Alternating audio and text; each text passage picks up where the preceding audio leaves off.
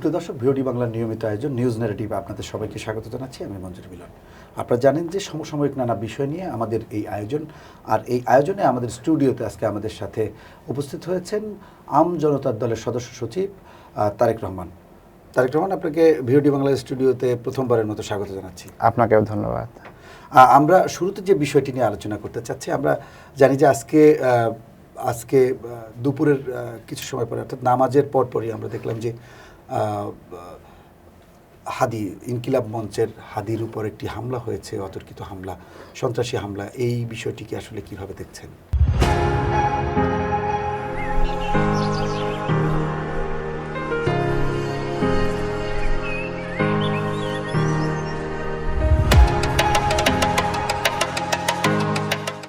জি, হাদির উপর যে হামলা হয়েছে, কয়েকদিন আগে চট্টগ্রামে বিএনপি মনোনীত একজন প্রার্থীর উপরও গুলি করা হলো।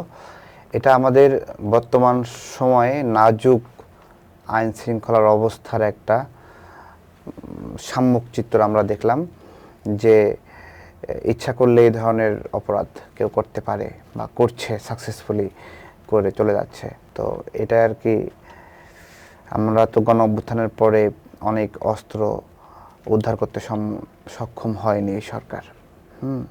আমরা বারবার গুরুত্ব দিচ্ছিলাম, কিন্তু সে ধরনের তৎপরতা খুব চোখে পড়েনি।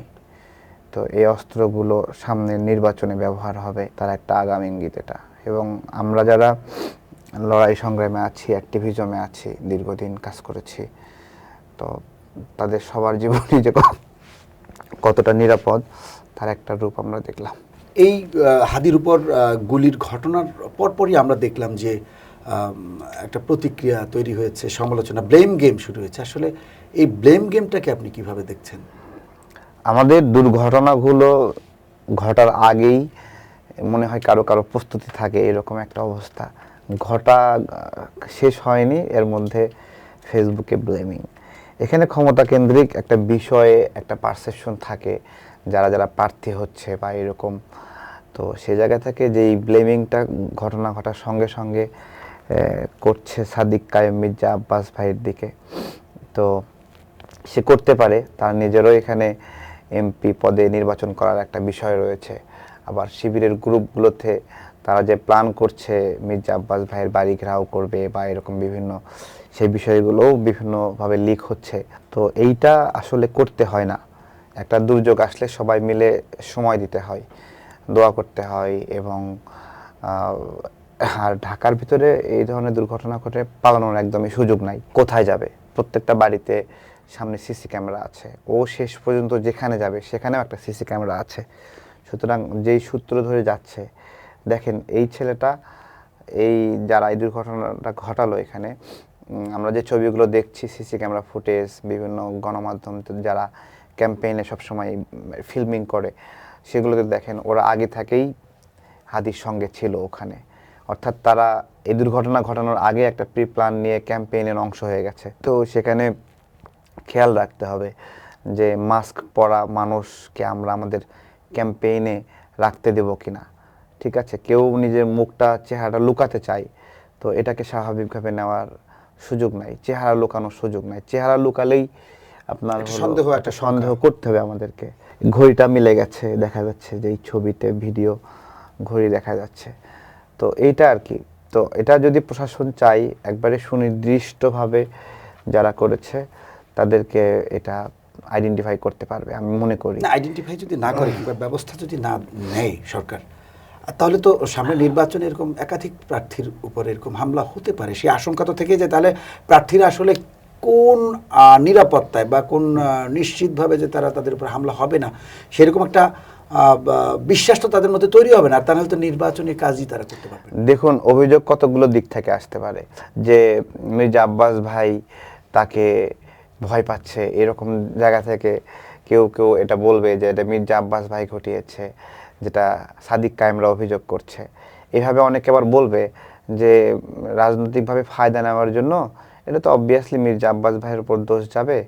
তো এমনটা হতে পারে যে অন্য কেউ ঘটিয়ে মির্জা আব্বাস ভাইকে লুজার করতে চায়, এরকম এরকম তো হওয়ার সম্ভাবনা আছে। কারণ মির্জা আব্বাস কেন করবে, এই প্রশ্ন তো আসবেই। তো এটা, আর মির্জা আব্বাস ভাই তো একজন জুলুমকারী হিসেবে আমরা চিনি না।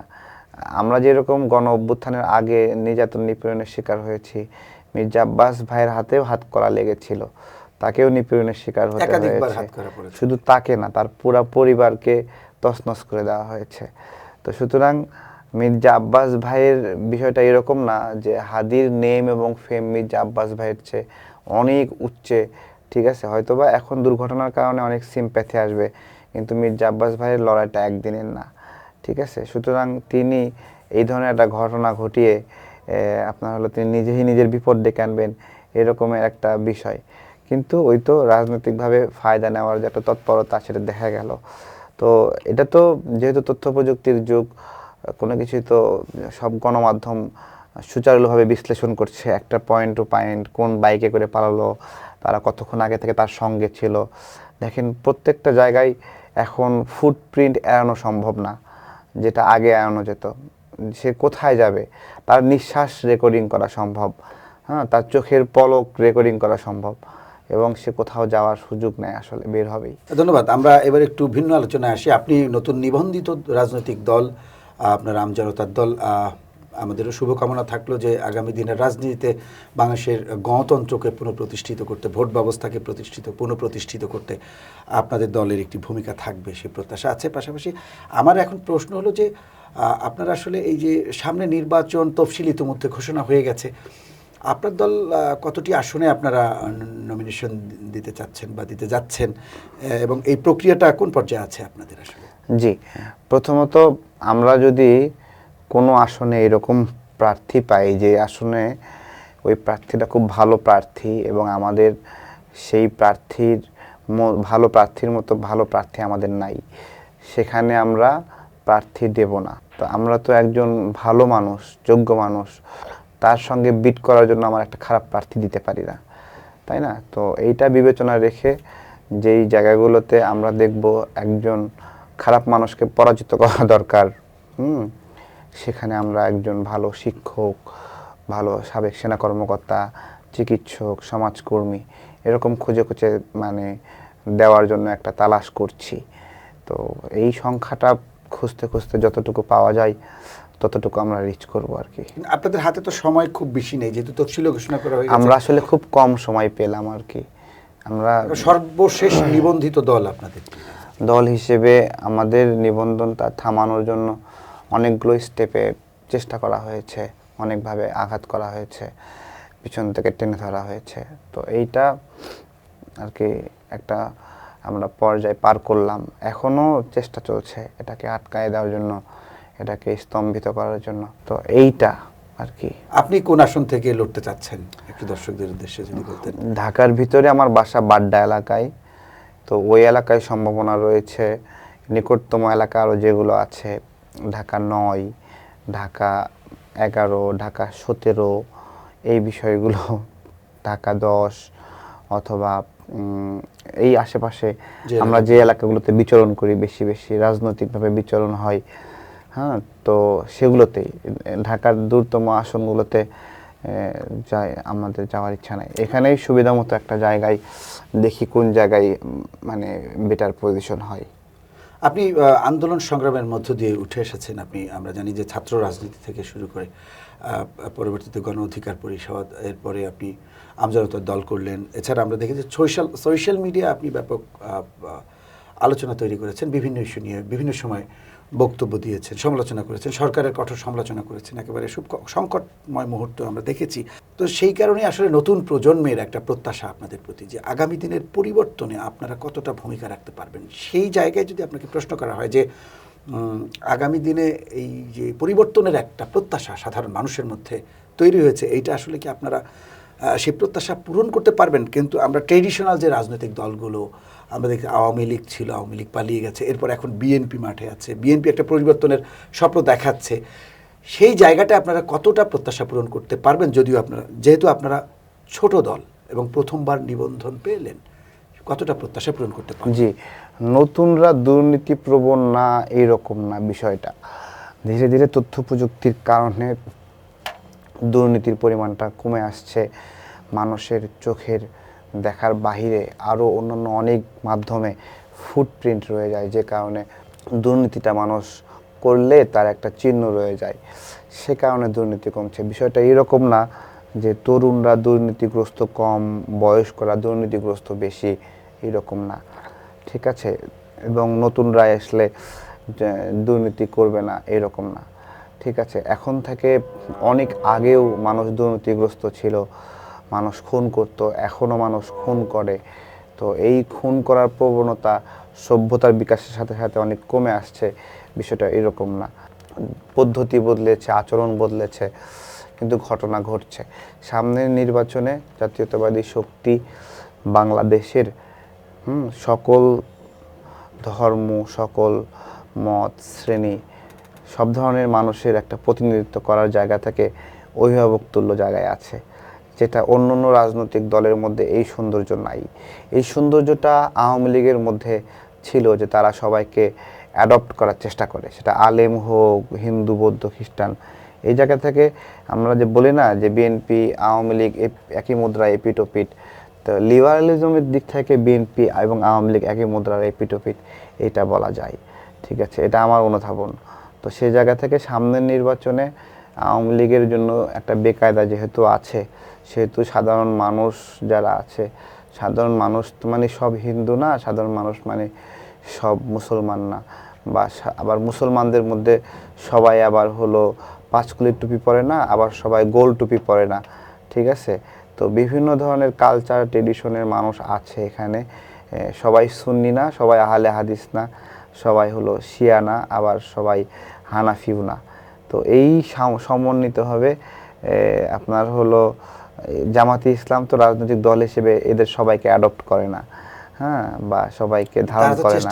তারা তো চেষ্টা করছে ধর্মভিত্তিক রাজনীতি করেও সবাইকে অ্যাডপ্ট করার চেষ্টা করছে। আমরা দেখলাম যে কৃষ্ণনন্দী নামে একজনকে। শোনেন, আমি আপনাকে বলি, গরুর গায়ে যদি জেব্রার মতো ডোরা কাটা এঁকে দেন, জেব্রার মতো দেখতে হবে বেসিক্যালি, কিন্তু সে তো আসলে গরুই নাকি? অথবা কুকুরের মানে গলায় একটা মাফলার পরায় দিবেন, ঠিক আছে, আর গায়ে একটু মানে হলো সিংহের মতো হালকা হালকা একটা রেশ করে দিবেন, তাহলে কি কুকুর সিংহ হয়ে যাবে?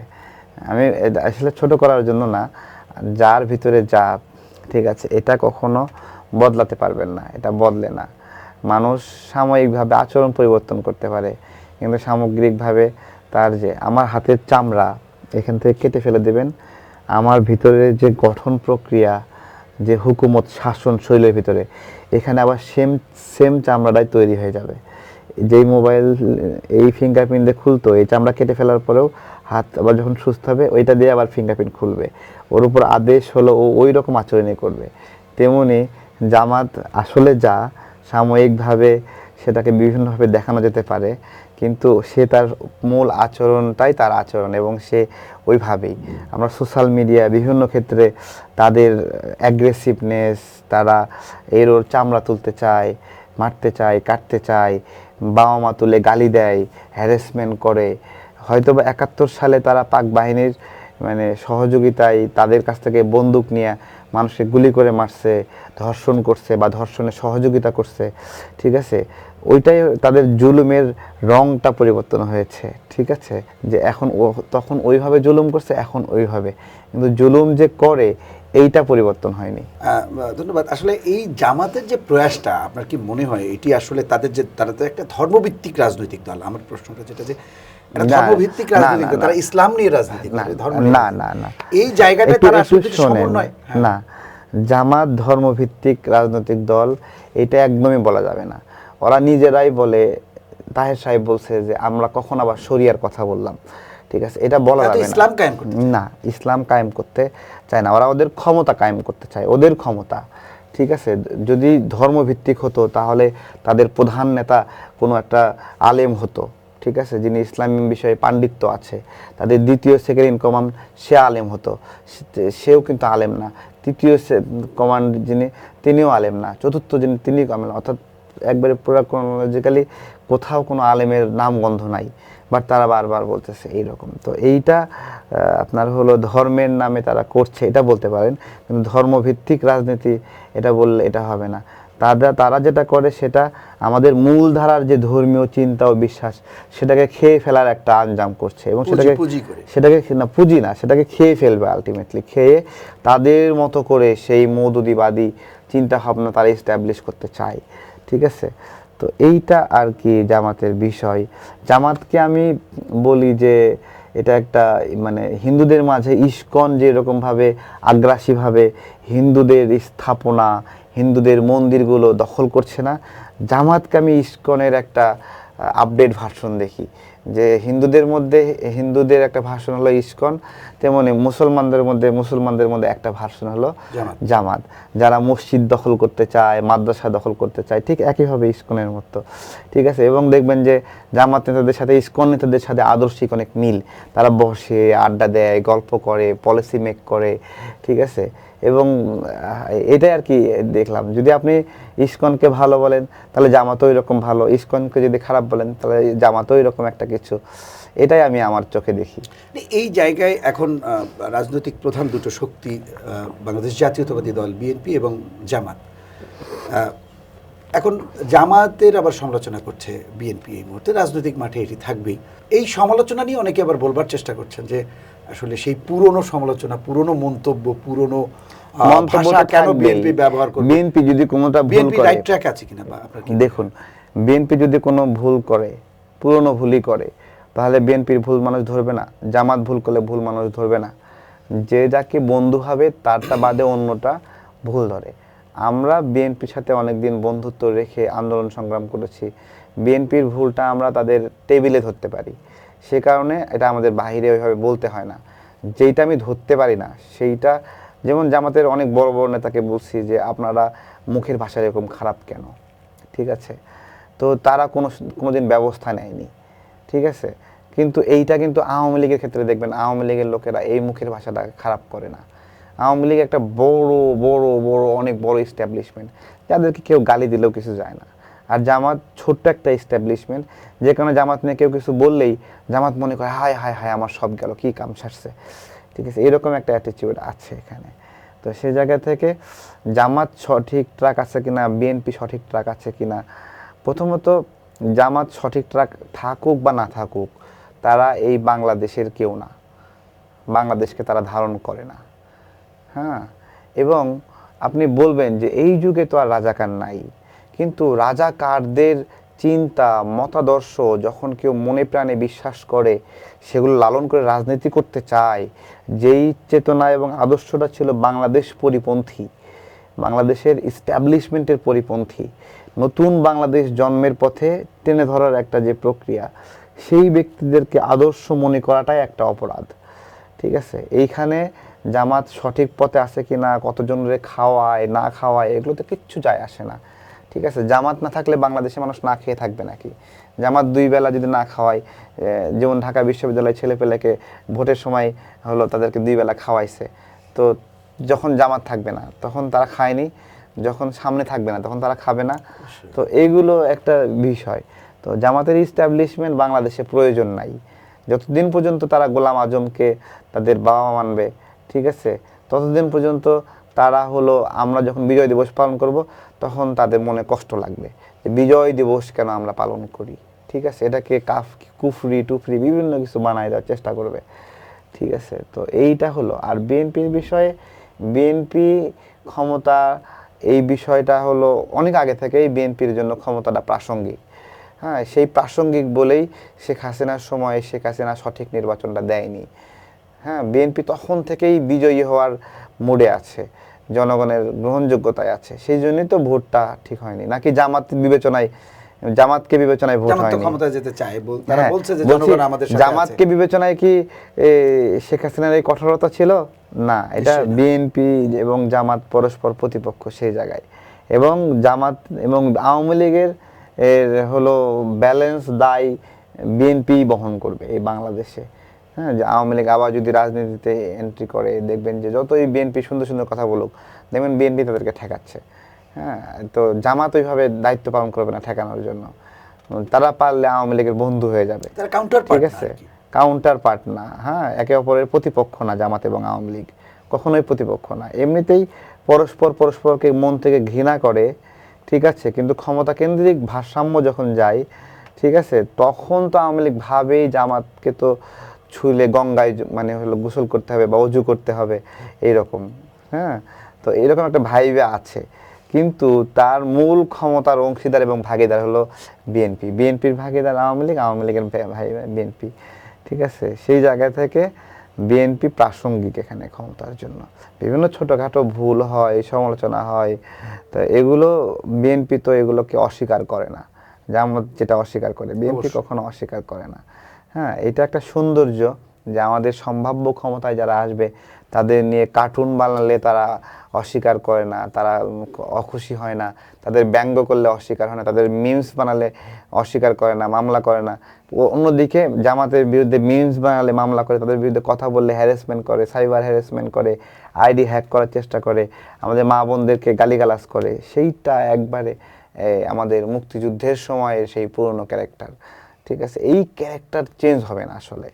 জামাতের এখন যারা আছে ওদের সন্তানরা যে রকম খারাপ আচরণ করে লিবারালিজমের বিরুদ্ধে, এদের সন্তানরা একই রকম খারাপ আচরণ করবে, বিকজ ওদের পূর্বপুরুষরা ওই ভাইব থেকে আসছে। যেটা বললাম না, জেনেটিক্যালি মানুষের মধ্যে উগ্রতা চলে আসে। আপনার হলো মানুষের জেনারেশন মানে বাই জেনারেশন আসে, কিন্তু মানুষের মুড, মনন এবং সহনশীলতা অথবা উগ্রতা এগুলো বাই জেনারেশন চলে আসে। হুট করে একটা ফ্যামিলি পুরা মানুষই খারাপ, হুট করে একটা সন্তান চাইলে অনেক ফেরেস্তা হয়ে যেতে পারবে না। ঠিক আছে, সে তার মায়ের আচরণ দ্বারা প্রভাবিত। আমার দাদি বলতো যে তোমার হলো তুমি টাকা পয়সা বানাতে পারো, কিন্তু তোমার দাদা যেরকম খাচ্চর ছিল তুমি মাস্ট ওই রকম খাচ্চরই হবা। ঠিক আছে, হ্যাঁ, এরকম ভাবে বলে মানে দাদা জেনেটিক্যাল হ্যাঁ প্রভাবটা বোঝার এরকম ভাবে মানে উনি উদাহরণ দিয়ে বলতেছিল যে এটা মানুষ প্রভাবিত হবেই। আল্লাহর একটা দান এটা, যে একটা সন্তান একটা ভালো পরিবারে জন্মগ্রহণ করে, এটা সৃষ্টিকর্তার একটা দান। হ্যাঁ, একটা ভালো নাম, ভালো পরিবারে জন্মগ্রহণ করা সৃষ্টিকর্তার একটা দয়া। আচ্ছা, এই আমরা নির্বাচনে ফিরে আসি। এখন সামনে নির্বাচনকে সামনে রেখে সব রাজনৈতিক দলগুলো তাদের মনোনয়ন কাকে দিবেন প্রার্থী নির্ধারণ করে ফেলছেন, বড় বড় রাজনৈতিক দলগুলো, বিশেষ করে বিএনপি, আওয়ামী লীগ। আপনারা একটা প্রক্রিয়ার মধ্যে আছেন, এই প্রক্রিয়ার মধ্যে দিয়ে এগিয়ে যাচ্ছেন, কিন্তু নির্বাচনটা যদি আসলে মানুষের কাছে একটা আশঙ্কার বিষয় থেকে যায়, যেটা বিগত দিনে মানুষের একটা আশঙ্কা ছিল যে এই নির্বাচনটি হবে কি হবে না, এখন শিডিউল ঘোষণা করা হয়ে গেছে, এখন যদি আবার নতুন করে একটা আশঙ্কা জনমনে তৈরি হয়, এই আমরা দেখলাম হাদির উপর হামলা, এই বিষয়টি দিয়ে আমরা শেষ করবো আজকে আলোচনা, এটা একটা অংশ। সেই আশঙ্কাটা আবার যদি তৈরি হয়ে যায়, তাহলে এই নির্বাচনটি আসলে আবার একটা অনিশ্চয়তা, এরকম একের পর এক ঘটনা যদি ঘটে, সেক্ষেত্রে আবার তো একটা অনিশ্চয়তা, নির্বাচন আদৌ হবে কিনা সেরকম একটা আশঙ্কা তৈরি হবে। প্রথমত আমাদের এই নির্বাচনটা তো অনেকে চায় নাই, বিশেষত জামাত নির্বাচনটা ডিসেম্বরের কাছাকাছি সময় চায় নাই, কারণ জামাত ডিসেম্বর আসলেই তাবু হয়ে যায়, কাইত হয়ে যায়, তাদের মাথা ঘোরা শুরু হয়ে যায়, বমি বমি ভাব লাগে। ঠিক আছে, এই কারণে তারা এই ডিসেম্বর আশেপাশের সময় নির্বাচনের কথা বললে তারা ভূতের মতো ভয় পায়, এবং তারা বলতো যে পিয়ার পদ্ধতি ছাড়া নির্বাচন হবে না। বেসিক্যালি ওইটা তো পিয়ার পদ্ধতি না, ওইটা বিলম্বিত করার একটা পদ্ধতি, আর একটু লম্বা হোক সময়। আর তাদের তো ইস্টাবলিশমেন্টের মধ্যে ঢুকে গেছে, তারা ক্ষমতা কেন্দ্রিক অংশীদার হয়ে গিয়ে তারা মজা পাচ্ছে, অর্থ ইনকাম করছে। ঠিক আছে, কেউ যদি বলে ক্ষমতা থেকে ইনকাম হয় না, সে পুরাই পাগল। ঠিক আছে, রাষ্ট্র বিপুল পরিমাণ ভ্যাট ট্যাক্স তোলে জনগণ থেকে, তুইলা এই রাষ্ট্র আবার জনগণের সেবা দেওয়ার জন্য এই টাকা ডিসবার্সমেন্ট করে। এই ডিসবার্সমেন্ট যখন করে, এইটা পলিটিক্যাল ব্যক্তিদের হাতে থাকে, তখন তারা এইটা ধরেন 100 টাকা তুলেছে জনগণের কাছ থেকে ভ্যাট ট্যাক্স হিসেবে, এটা যখন জনগণের কাছে রিটার্ন যায়, তখন নেতা কর্মী বিভিন্ন পর্যায়ে ভাগ হতে হতে হতে তারপরে একটা অংশ জনগণের কাছে যায়। এই জন্য আমি বলি যে সরকারি ব্যয়, হ্যাঁ, যে বিভিন্ন বড় বড় বাজেট করে, এই বাজেটগুলো করাটাই হলো জনবিরোধী। বড় বাজেটটাই জনবিরোধী, যত কম বাজেট করা যায় তত বেশি ভালো। বড় বাজেট করতেছে, টাকাটা কি ওর বাপে দিবে নাকি? টাকা তো পাবলিকের গলায় পাড়া দিয়ে নেবে। ঠিক আছে, পাবলিকের গলায় পাড়া দিয়ে নেবে না। আপনার হলো এই যে আপনার যা জনগণ দেবে, যা জনগণের কাছে যাবে, তার একটা ভারসাম্য আছে। এর মাঝখান থেকে যে একটা বড় নেতার একটা ভাস্কর্য বানায় 500 কোটি টাকা দিয়ে, বা একটা জুলাই স্তম্ভ বানাবে 40 কোটি 50 কোটি টাকা দিয়ে। এই টাকাটা মাঝখান থেকে কই নেবে, কই থেকে আসবে? ওই যে জনগণের কাছে যে বরাদ্দ যাইতো, ওইখানে 2% কমাবে, আরেক জায়গায় 3% কমাবে, কমায় ওরা ওদের রাজনৈতিক ইচ্ছা প্রতিফলনের জন্য আরেকটা ক্ষেত্র তৈরি করে সেটাতে বাস্তবায়ন করবে। রাজনীতিবিদরা এইভাবে করবে, পুঁজি বলতে এটা তাদের আসলে আয়ের উৎস, ব্যবসা। মানে যারা মানে আপনার হলো আগে শেখ মুজিবের মূর্তি বানাইছে বা অন্য নেতার মূর্তি বানাইছে, তারা ওইটা একটা আলাদা প্রজেক্ট খুলে একটা আয়ের উৎস। এখন যারা জুলাই গণ অভ্যুত্থানকে কেন্দ্র করে জুলাই স্তম্ভ বানাচ্ছে, ওইটা কি এমন আহামরি? জুলাই স্তম্ভের মানে প্রাণ আছে কিনা? জুলাই একটা স্তম্ভ দিয়ে জুলাইকে আদৌ সম্মান বা অসম্মান করা যায় কিনা? এটা কোনো প্রাসঙ্গিকতা আছে কিনা? ঠিক আছে, মানুষের গলায় পাড়া দিয়ে টাকা নেবেন জুলাইয়ের নাম কইরা, আর স্তম্ভ বানায় ফুল দেওয়ায় সম্মান বৃদ্ধি করবেন, এইটা কতটুকু প্রাসঙ্গিক? এই সব কিছুই রাজনৈতিকভাবে যারা ক্ষমতা লালন করে, ক্ষমতার চর্চা করে, তাদের একটা আয়ের উৎস। একটা ছোট ছোট খাত বের করবে, জনগণের অংশ থেকে কাটবে, তার অংশে রাখবে, আরেকটু কাটবে, আরেকটু রাখবে। এই কারণেই কিন্তু অনেক বেশি রাজনীতি করতে চায়, অনেক বেশি ক্ষমতায় যেতে চায়। ঠিক আছে, পরিবর্তন না, দেশে রাজা হওয়ার যে একটা চাহিদা এবং আকাঙ্ক্ষা, এটা ব্যাপকভাবেই লোভ থেকে। এটা অবশ্যই, এর কোনো বিকল্প নাই, আর কোনো ব্যাখ্যা ক্লিয়ার কাট দেওয়া নাই। যারা প্রত্যেকটা ব্যক্তি রাজনৈতিকভাবে অনেক ব্রাইট হওয়ার জন্য লড়াই করতেছে, প্রত্যেকটা ব্যক্তি অর্থনৈতিকভাবে লাভবান হতে চায়, অর্থনৈতিকভাবে স্বাবলম্বী হতে চায়। এখানে খুব কম মানুষ আছে যারা নির্বাচন নিয়ে অনেক কম আকাঙ্ক্ষা সেবা করার জন্য, খুব রেয়ারলি। ঠিক আছে, এইটা তো এগুলো একটা বিষয়ের রাজনৈতিক চর্চায় যে জনগণের ইচ্ছা আকাঙ্ক্ষা এগুলোকে লালন করা, এই জায়গাটা খুব কম। আমাদের এখানে মাওলানা ভাসানীর যে ক্যারেক্টার, যে ক্ষুধা দারিদ্র্যের সঙ্গে সংগ্রাম করা, ক্ষমতাকে বারবার দূরে ঠেলে দেওয়া, দেখেন মাওলানা ভাসানীর যে ক্যারেক্টার এবং কার্যক্রম ছিল, তা কিন্তু নতুন বাংলাদেশ তৈরি করে দেওয়ার জন্য যথেষ্ট শক্তিশালী ছিল। যখন আগরতলা ষড়যন্ত্র মামলা হলো, তখন সেই মামলা থেকে বাঁচানোর জন্য আবার জনগণকে ক্যাপিটালাইজ করা, এই কাজটা কে করলো? সেটা মাওলানা ভাসানী করলেন। দেখেন, উনি করলেন কিন্তু খেলেন না, কিন্তু নিলেন না। ঠিক আছে, তো এইটা একটা বিষয় যে এই সমাজে সবাই ভাসানী হতে পারে না, সবাই ত্যাগ স্বীকার করতে পারে না। এবং দেখেন ভাসানীর রাজনৈতিক লিগেসি, সেই আপনার হলো ভাসানীর আপনার হলো বিভিন্ন ধরনের রাজনৈতিক প্রক্রিয়া আছে, সেগুলো কিন্তু কোনোটাই কিন্তু শেষ পর্যন্ত উনি গড়ে দিতে পারেন নাই বলতে উনি অর্থ রেখে যান নাই বলেই তারা খাড়া হয়ে দাঁড়াতে পারে না। উনিও যদি অনেক লুটপাট করে গড়ে দিয়ে দিতেন, কিন্তু এইসব মানুষের লড়াই যে আবার ব্যর্থ, এইভাবে বলা যাবে না যে উনি ব্যক্তিগত জীবনে ব্যর্থ। ওইটা কেউ না কেউ বহন করে। হ্যাঁ, ব্যক্তিগত জীবনে তিনি কিন্তু শেষ জীবনে জিয়াউর রহমানের উপর আস্থা রেখেছিলেন, উনি তো ব্যক্তিগত জীবনে আপনার হলো ব্যর্থ হতে পারেন, কিন্তু উনি কিন্তু দেশকে সফল বানিয়ে গেছেন। ঠিক আছে, একটা হলো শেখ মুজিবুর রহমানের হাতে দেশটাকে তুলে দিয়েছিলেন। ওই সময় যে মুক্তিযুদ্ধ যে হচ্ছে কার নেতৃত্বে, শহীদ প্রেসিডেন্ট জিয়াউর রহমান স্বাধীনতা ঘোষণা করলেন, ঠিক আছে, কিন্তু পুরা মুক্তিযুদ্ধের যে একটা ডামাডোল এবং এটা যে ভাইব ডেভেলপ করা, সেইটা অনেকে বলে যে উনি পালিয়ে গেছেন পাকিস্তানে বা বিভিন্নভাবে এরকম। তো উনি যে ওনার ঘরে বসে আছেন, এটাই একটা বোল্ডনেস ছিল শেখ মুজিবুর রহমানের। যে উনি পালিয়ে যাননি, উনি জঙ্গি হতে চাননি। ঠিক আছে, উনি জঙ্গি হতে চাননি, যে আন্ডারওয়ার্ল্ডে থেকে উনি কাজ করবেন এরকম চাননি। এবং ওনার যে আটক, এই আটকটাই যুদ্ধ ঘটিয়ে দিয়েছে, এরকম বলা যেতে পারে।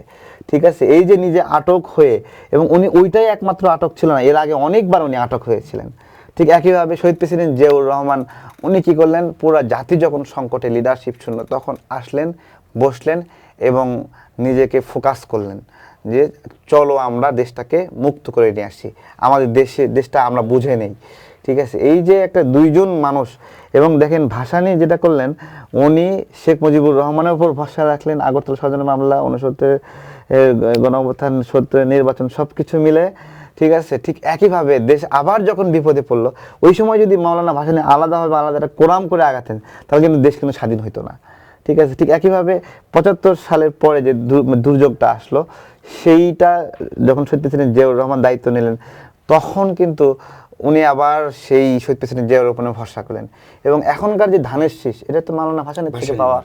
ঠিক আছে, তো এইগুলো আসলে আমাদের সমাজে সবাই সেই ত্যাগ স্যাক্রিফাইস করতে পারবে না, করে না।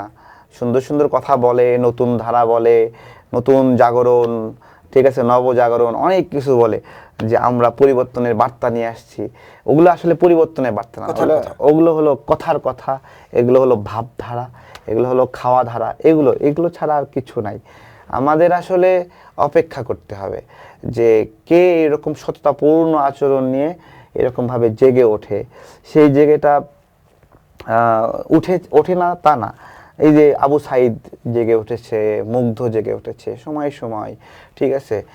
90-এর আন্দোলনে বেগম জিয়া, শেখ হাসিনা বড় বড় আন্দোলন করছে, তারা করছে, কিন্তু ওই যে মানে আন্দোলনের মূল ফোকাস কিন্তু নূর হোসেন। এটা কার আন্দোলন?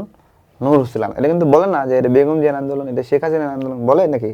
না, এটা নূর হোসেনের আন্দোলন বলে।